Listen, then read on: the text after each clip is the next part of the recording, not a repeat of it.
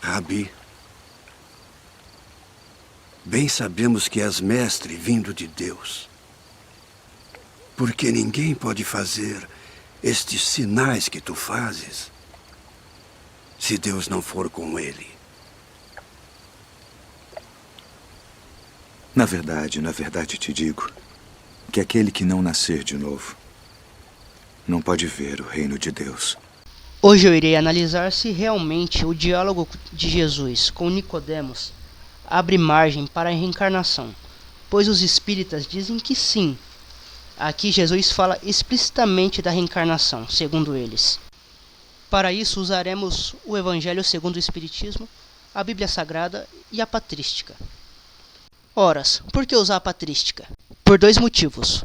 O primeiro é porque nela nós temos sucessores legítimos dos apóstolos fazendo referência a esta passagem. O segundo motivo é porque os espíritas dizem que a reencarnação só foi abolida do cristianismo em Constantinopla e que antes era uma visão aceita pelos cristãos. Nesse caso, se pegarmos citações, referências a essa passagem antes de Constantinopla, logicamente nós teremos cristãos, sucessores dos apóstolos, pregando a reencarnação. Caso contrário, isso é uma mentira. Para começar a análise, lerei o Evangelho de João no capítulo 3, que é a passagem usada. Lá está escrito: E havia um homem dentre os fariseus, por nome Nicodemos, senador dos judeus. Este, uma noite, veio buscar a Jesus e disse-lhe: Rabi, sabemos que és mestre, vindo da parte de Deus, porque ninguém pode fazer estes milagres que tu fazes se Deus não estiver com ele. Jesus respondeu e lhe disse: na verdade te digo, que não pode ver o reino de Deus senão aquele que renascer de novo. Nicodemos lhe disse: como pode um homem nascer, sendo velho? Porventura pode entrar no ventre de sua mãe e nascer outra vez?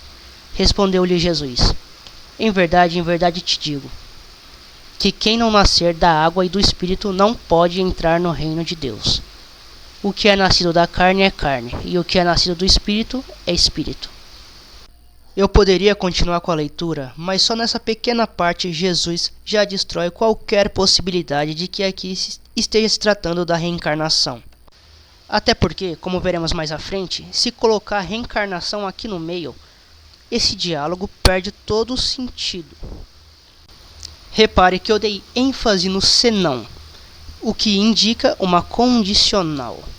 E também repare nas palavras: o que é nascido da carne é carne e o que é nascido do Espírito é Espírito. Porém, para dar desenvolvimento ao meu argumento, é preciso que vocês conheçam a visão espírita da reencarnação. E para isso iremos no Evangelho segundo o Espiritismo, no capítulo 4, que é exatamente neste capítulo que trata deste texto. Porém, deste capítulo, usaremos o tópico 24 e 26, que falam da reencarnação e de como ela funciona.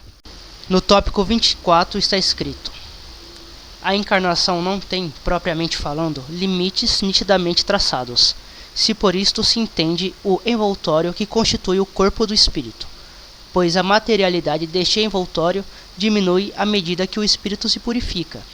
Em certos mundos mais avançados que a Terra, ele já se apresenta menos compacto, menos pesado e menos grosseiro, e consequentemente menos sujeito a vicissitudes.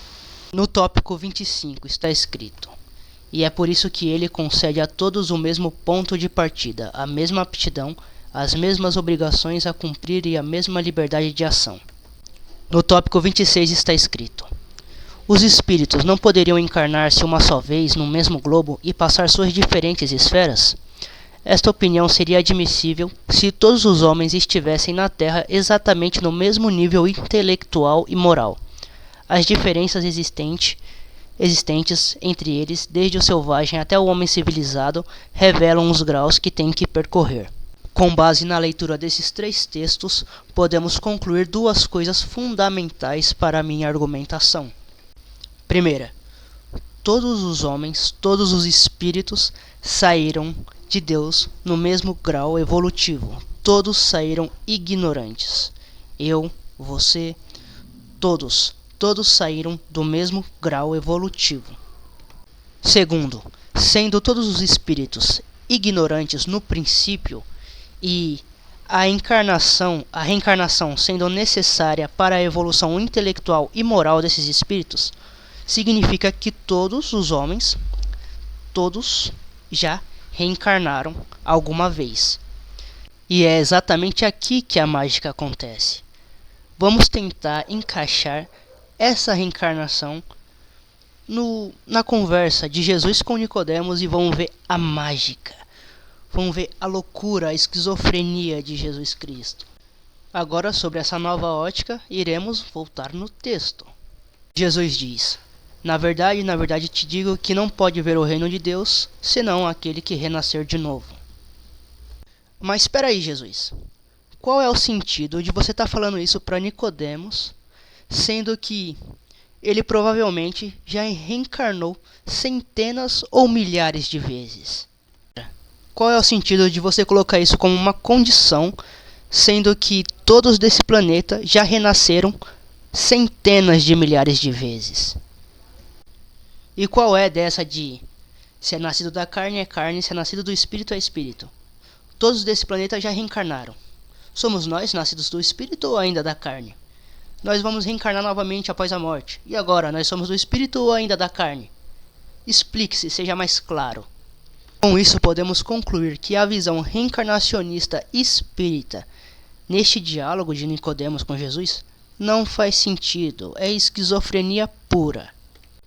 Agora vamos para Constantinopla. A própria Igreja Católica Apostólica Romana era reencarnacionista até 553 d.C. Né? Porque esse negócio de só ter uma vida, você tem uma chance, ninguém reencarna, isso foi a partir de 553 d.C. Quando a imperatriz Teodora, que era casada com Justiniano I, ela era tão ruim que os religiosos falavam para ela: você vai pagar nas próximas que você vier, a hora que você reencarnar você vai pagar. Aí ela falou pro marido: eu tô cansada deles virem falar na minha orelha que eu vou pagar, acaba com isso. Chega, uma encarnação só, tira isso daí. Justiniano falou: olha, você sabe que você teve uma boa ideia? Porque se eu falar para eles que eles só têm uma vida, eles vão ser muito mais servos, eles vão ficar com muito mais medo. Então a partir de 553 d.C. houve uma alteração na igreja. Aí ela passou a não ser reencarnacionista. Não tem reencarnação, você só tem uma chance, irmão. Oh my God!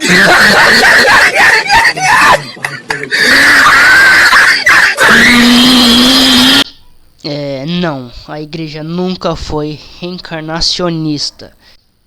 Eu posso simplesmente citar São Paulo apóstolo, que disse na sua carta aos Hebreus que se morre uma vez, depois vem um juízo.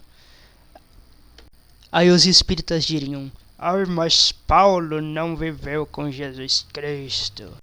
Mas sabemos que São Paulo conviveu com os apóstolos e foi reconhecido por toda a igreja como um apóstolo. Como vemos Inácio de Antioquia citando Paulo como um apóstolo. E para acabar de vez com essa desculpinha espírita, São Paulo estava em comunhão com os demais apóstolos, como vemos em Atos 9, onde São Paulo, após sua conversão, vai até os apóstolos, e em Atos 15, onde, quando teve uma divergência entre os cristãos, São Paulo vai até os apóstolos para juntos resolverem essa questão. E para finalizar, aí vão os cristãos antes de Constantinopla, fazendo referência a essa passagem de João.